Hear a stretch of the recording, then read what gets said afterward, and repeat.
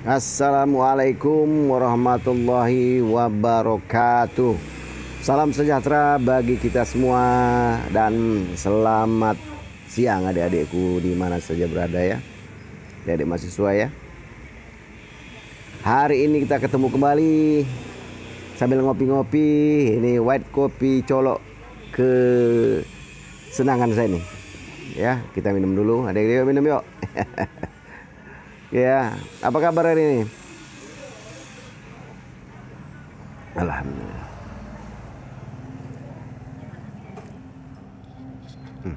Ada kopinya. Apa kabar hari ini adik-adik? Moga-moga sehat walafiat ya. Jangan lupa protokol kesehatan ya. Itu harus dijaga. Pakai masker, jaga jarak, dan selalu cuci tangan ya. Standar protokol kesehatan. Ini untuk kesehatan kita bersama, oke? Dan tambahan juga saya kira untuk adik-adikku yang aku cintai, nggak bosan-bosan harus mengulanginya ya. Itu kalau pulang dari bepergian, letakkan pakaian kotor di luar, di tempat yang aman, kemudian mandi, baru salin dengan pakaian baru ya, yang bersih maksud saya gitu ya. Jadi jadikan area rumah Anda area steril ya, yang steril bagi Anda dan keluarga. Demikian juga kalau di kos-kosan ya, ajak teman-temannya gitu, sama gitu ya. Oke.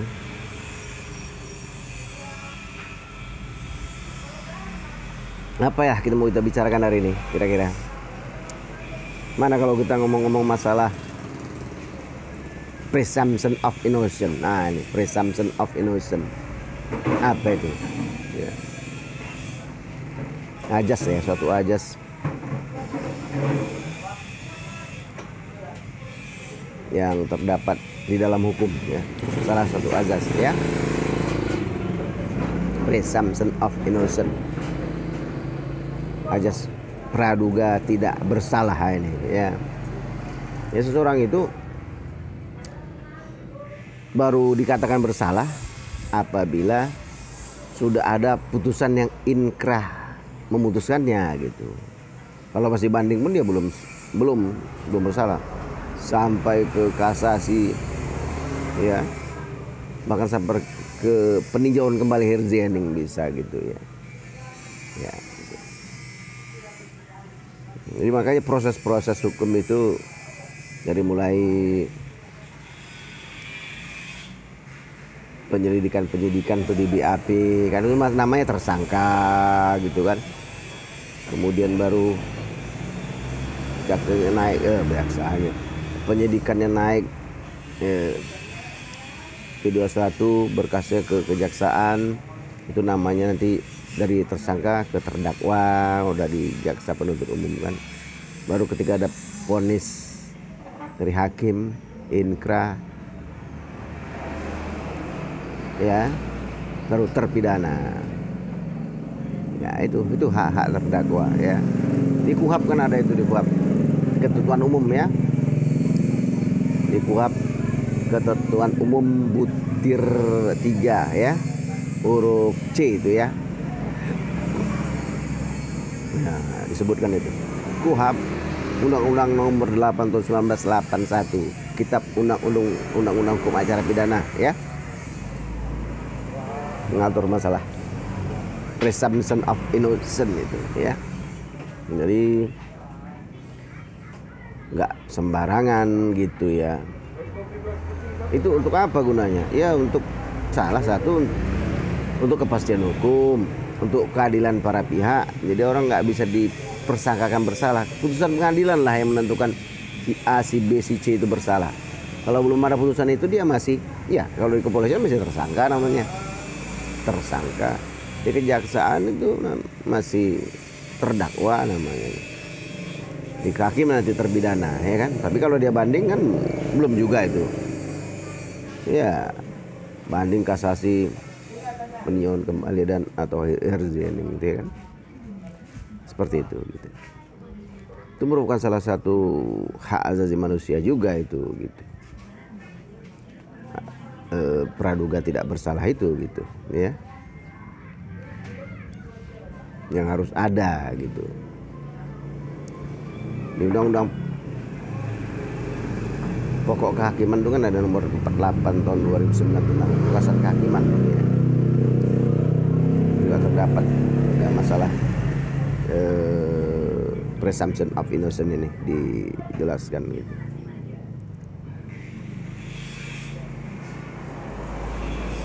Jadi semuanya itu sudah ada aturannya, aturan mainnya dibuat hukum itu ya. Ya bisa asal tangkap, asal tuduh aja ya. Kepolisian pun gitu, mesti ada bukti yang cukup baru dia action penyidiknya kan gitu. Minimal 2 alat bukti kan begitu ya adik-adik. Itulah ajas itu kan sesuatu yang esensial di dalam aturan undang-undang itu, yang diletakkan di pasal itu, diimplementasikan dalam suatu pasal di undang-undang, contohnya di KUHP tadi ya gitu ya, di butir 3 pasal di butir 3 huruf C tadi gitu ya, kan diletakkan itu gitu sebagai ajas umum, ketentuan umum dia gitu ya, presumption of innocence ya, praduga tidak bersalah gitu ya. Jadi sebelum terbukti bersalah dengan bukti-bukti dan saksi-saksi ya, bukti itu kan bisa orang, bisa surat gitu ya, udah ada putusan hakim lah intinya, dan inkrah baru dia dikatakan terpidana gitu. Nah gitu prosesnya ya, nggak bisa semuanya mekanismenya ada gitu, nggak bisa tiba-tiba jadi terpidana terus, nggak bisa, ada prosesnya di pengadilan yang menentukan itu. Bahkan kita udah bicara tentang refinding juga, kalau nggak ditemukan pun hukumnya hakim wajib gitu menemukan hukum gitu, refinding namanya, nggak boleh menolak perkara hakim itu gitu. Itu juga demi kepastian hukum dan keadaannya nggak terkatung-katung kan, saya salah atau tidak ini gitu kan, terkatung-katung belum ada hukumnya jadi salah apa enggak kan, kepastian hukumnya nggak ada. Misalnya ada terjadi sesuatu yang belum ada hukumnya, nggak bisa gitu, harus diputuskan cari. Nah itulah dia, makanya hakim itu harus wawasannya harus luas gitu. Ya penafsiran analogi yang sempit lah mungkin kalau di kitab undang-undang hukum pidana kan, tapi kan ada juga penafsiran analoginya seperti listrik itu kan gitu, ceritakan dulu ya. Padankanlah pencurian itu sama dengan barang gitu. Arus listrik yang dicuri tadi itu kan adalah pencurian 362. Kalau nggak bisa di oke, you are welcome. Kalau nggak bisa dihukum ya kan. Nah itu, dan itu hak asasi manusia untuk dilindungi gitu, hak dasar manusia juga kan gitu. Nggak sembarangan tuduh, nggak sembarangan tangkap kan, mesti ada bukti-bukti yang kuat, 2 alat bukti minimal gitu. Itu kan aturan mainnya. Jadi alat-alat perlengkapan negara itu sebagai organ saja menjalankan perintah undang-undang itu kan, panglimanya itu hukum gitu. Jadi kepolisian, kejaksaan, kehakiman tuh organ-organ pemerintah ya, termasuk dalam trias politika kan, eksekutif, legislatif, yudikatif yang saya terangkan tadi itu yang lalu ya. Ini berapa kesatuan itu mereka bekerja gitu, iya kan, sebagai organ pemerintah untuk merealisasikan ketertiban di wilayah NKRI ini gitu. Jadi mereka organ menjalankan itu gitu. bukan pribadinya, organnya. Mereka sebagai organ atau alat kelengkapan negara itu gitu. Jadi nggak bisa subjektif dia gitu, harus objektif gitu ya. Nah itu ya kadang-kadang kita nggak sadar ya. Itu hanya organ, mereka hanya melaksanakan itu. Sama dengan PT ya, kalau PT itu jual beli, kalau dia misalnya bergerak di jual beli atau dia di membangun gedung misalnya, infrastruktur gitu ya kan, membangun gedung itu atau apa kan, yang suatu tender misalnya juga kan seperti itu. PT itu kan bergerak, PT-nya itu seolah-olah hidup, kata teori falsafik sama dengan manusia. Jadi manusia yang bergerak, yang menggerakkan itu di dalamnya itu hanya sebagai organ saja dari PT itu gitu, bukan dia pribadi gitu. Apa perintah PT itu? Iya. Yang merupakan tugas-tugas PT itu, ya. Di rapat umum pemegang saham ya kan ada dibuat gitu, atau di akta notarisnya itu apa kegiatannya, itu yang harus dijalankan si organ tadi gitu. Direktur hanya menjalankan sebagai organ dari PT itu, dia bukan sebagai pribadi gitu ya. Kalau dia keluar dari relnya tadi itu, dari tanggung jawabnya itu, atau dia keluar dari tupoksinya itu tanggung jawab pribadinya jadinya gitu ya. Begitu ya, begitulah adik-adik ya mekanismenya gitu. Hukum itu kan filosofinya kan selain kepastian hukum, keadilan ya gitu ya. Karena kalau sudah adanya kepastian hukum, nah, ya mudah-mudahan tercipta keadilan itu kan gitu. Itu esensi filosofinya ya. Jadi di atas ajas itu ada lagi namanya filosofinya, falsafah hukumnya gitu, yang menginspirasi ya gitu ajas itu. Ini ajas itu dikonkretkan dalam pasal-pasal undang-undang itu, seperti di KUHP tadi, di dalam ketentuan umumnya ya begitu gitu. Jadi dia pasal itu tidak berdiri sendiri tiba-tiba muncul tiba-tiba gitu, nggak seperti itu dia gitu ya. Oke lah, kita minum dulu lah nih ngomong-ngomongnya.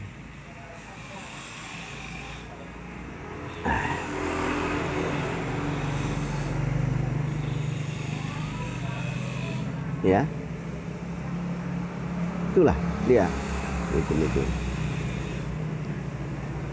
Suatu pasal yang terbit atau yang ada di dalam aturan itu ada ajasnya, nggak tiba-tiba muncul kok pasal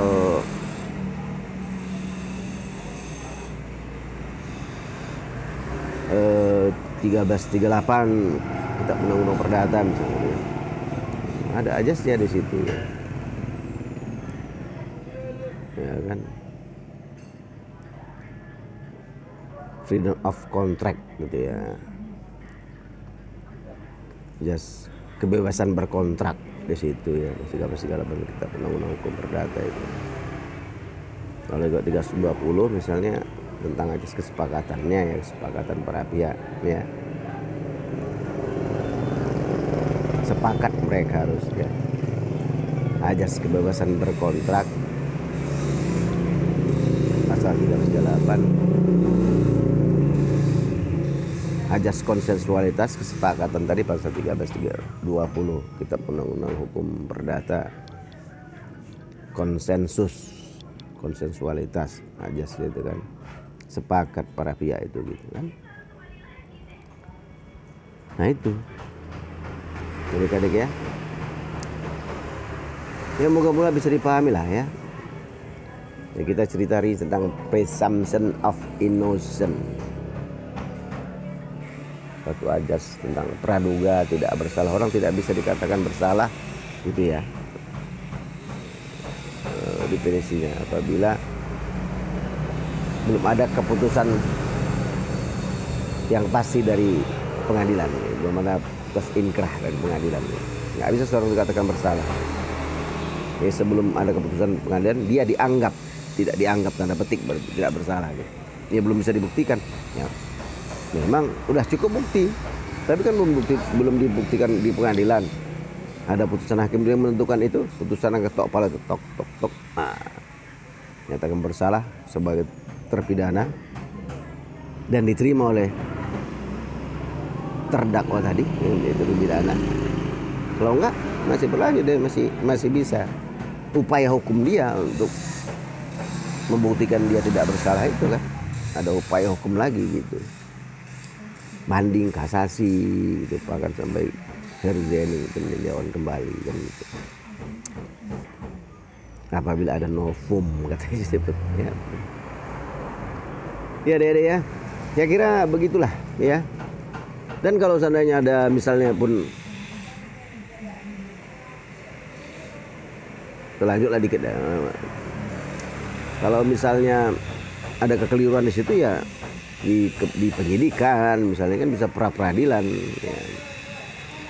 Si tersangka tadi mengajukan pra peradilan gitu. Penyidik salah tangkap ya misalnya gitu. Kan bisa salah tangkap gitu ya.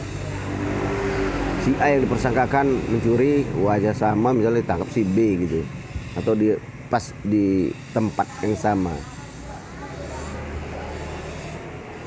Ya, dia berada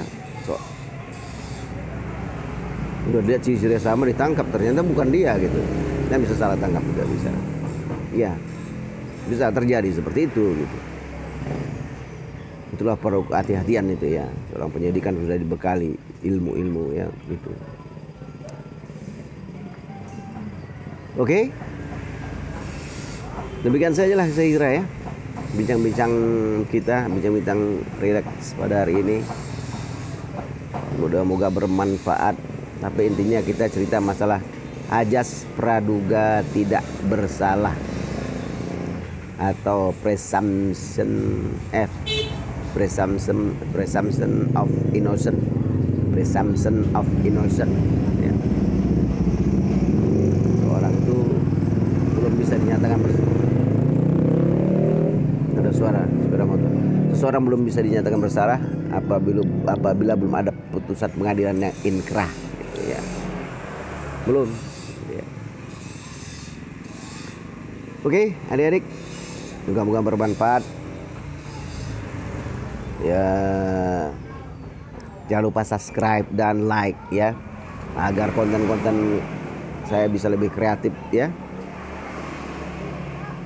Ya, mungkin kalau ada nanti yang baru bisa terus muncul diberitakan kepada adik-adik sekalian ya, dikabarkan kepada adik-adik ya. Itu saya kira. Billahi taufiq wal hidayah. Assalamualaikum warahmatullahi wabarakatuh. Salam sejahtera bagi kita semua dan selamat siang.